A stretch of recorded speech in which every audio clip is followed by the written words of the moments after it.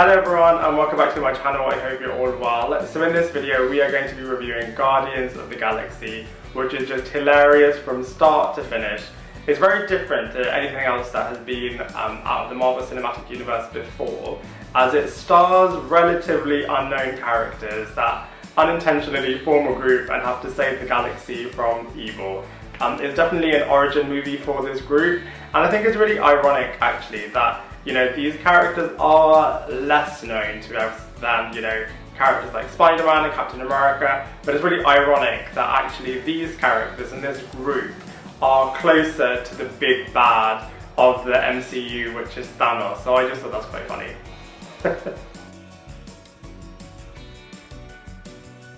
So the story of this film is quite far-fetched, but it somehow works. So the main protagonist of this film is Chris Pratt's character, who is called Peter Quill, and his other name is Star-Lord, and he's a bounty hunter. So one day he's just exploring a mysterious planet and comes across this magical orb. So he's just taking that back to his ship so that he can sell it, and on his way back he's attacked by aliens who want this orb.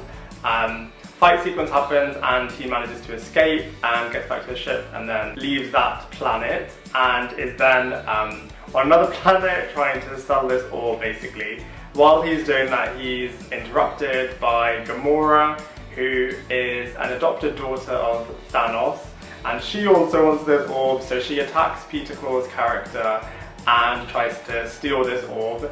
She is then stopped by two other characters who are also bounty hunters, a genetically modified raccoon and a humanoid tree. The raccoon is called Rocket and the tree is called Groot. So they stop Gamora and then get the orb for themselves. All four of them are then captured and then go to an alien jail where they have to basically be imprisoned for their crimes. In the jail, practically all of the inmates want to kill Gamora because she, being the adopted daughter of Thanos and working for Thanos' kind of henchman, Ronan the Accuser, who of the two supervillains have upset a lot of people. So kind of everyone wants to kill Gamora, but she kind of is able to hold her own a little bit. You are then introduced to another alien, a wrestler type character called Drax. He also wants to kill Gamora because Gamora works for Ronan the Accuser, who killed Drax's wife and kids, so naturally he obviously wants to exact his revenge, so he's just about to kill Gamora, but Star-Lord, Peter Quill's character, talks him out of it by saying, Gamora can help you get to Ronan the Accuser, so don't kill her and then just wait to exact your revenge on Ronan the Accuser instead. So then that happens, and then it's about an escape sequence for these different characters and how they can get out of this jail. They do that, and then they are kind of a group that are now kind of helping each other.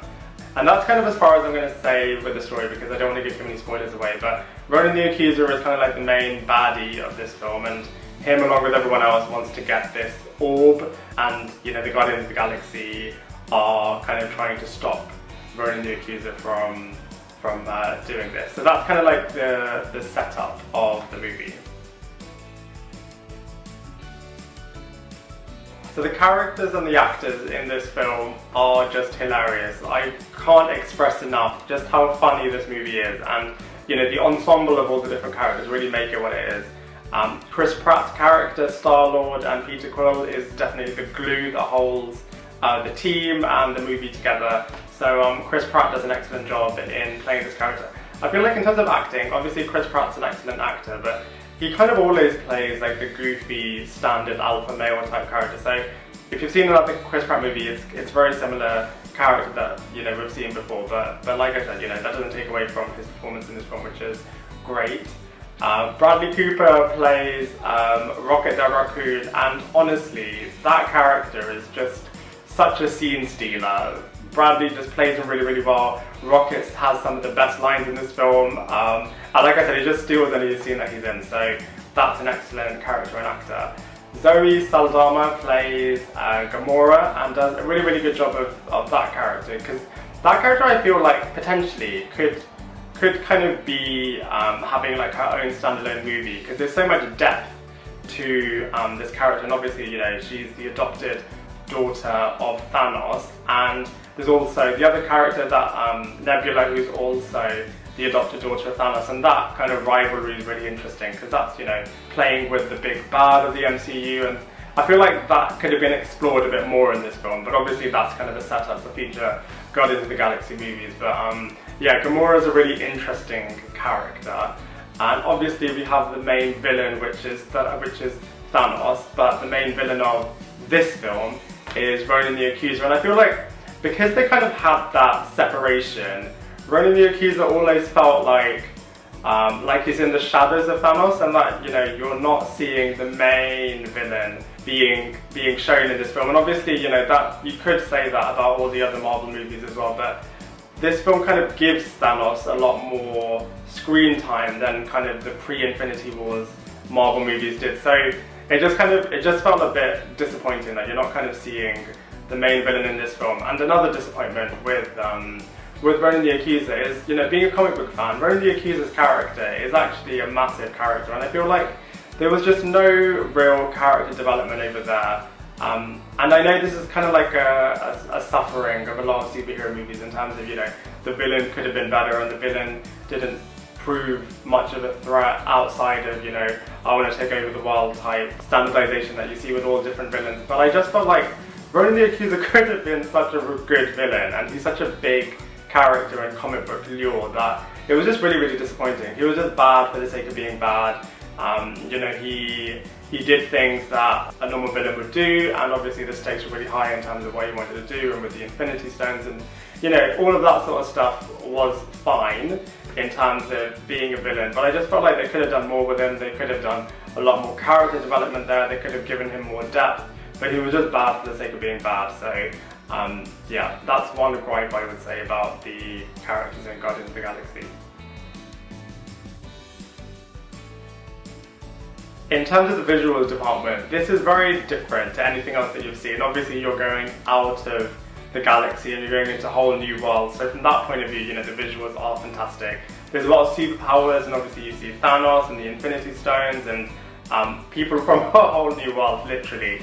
So the visuals are already really elevated. And then just all the fight sequences and all the different types of creatures, and Groot as a character, with, you know, being a tree, he's able to do some really cool effects and stuff. So from a visual point of view, this movie is phenomenal. So in terms of comparisons, this definitely has the Marvel Cinematic Universe formula in terms of having action, comedy, interesting characters, magic, superpowers, great visuals, and, you know, kind of has the recipe of being a great MCU movie. I would also compare it to Star Wars and Star Trek, so it's very much along those lines in terms of being out of the universe that we kind of know in terms of Earth, and kind of has, obviously, I mean, the clues in the title, isn't it? Guardians of the Galaxy. So it is very much kind of taking us out of the world that we kind of know, and that's really nice actually, to kind of see what else is out there, and kind of seeing aliens and kind of seeing completely different types of characters. So from that point of view, comparatively, this movie does stand up and holds its own. And I would compare it to being a combination of a typical standard MCU film, but also having kind of like the Star Wars, Star Trek elements in it as well. So overall, I'd say this is a fun, far-fetched, hilarious, comedic, superhero Marvel movie that you'll just enjoy from start to finish. It's very different to anything else that you've seen before, so don't expect to see, you know, a very serious, gripping, thriller type movie. It's definitely like an action, comedic take on a superhero film, and it does it really well. It's pure hilarity from start to finish, and because of that, I'm going to give this film a solid 7.5 out of 10. And there you have it. Thank you very much everyone for watching my review of Guardians of the Galaxy. I'd love to hear what you think, so please let me know in the comment section below. Otherwise, I look forward to seeing you in my next video.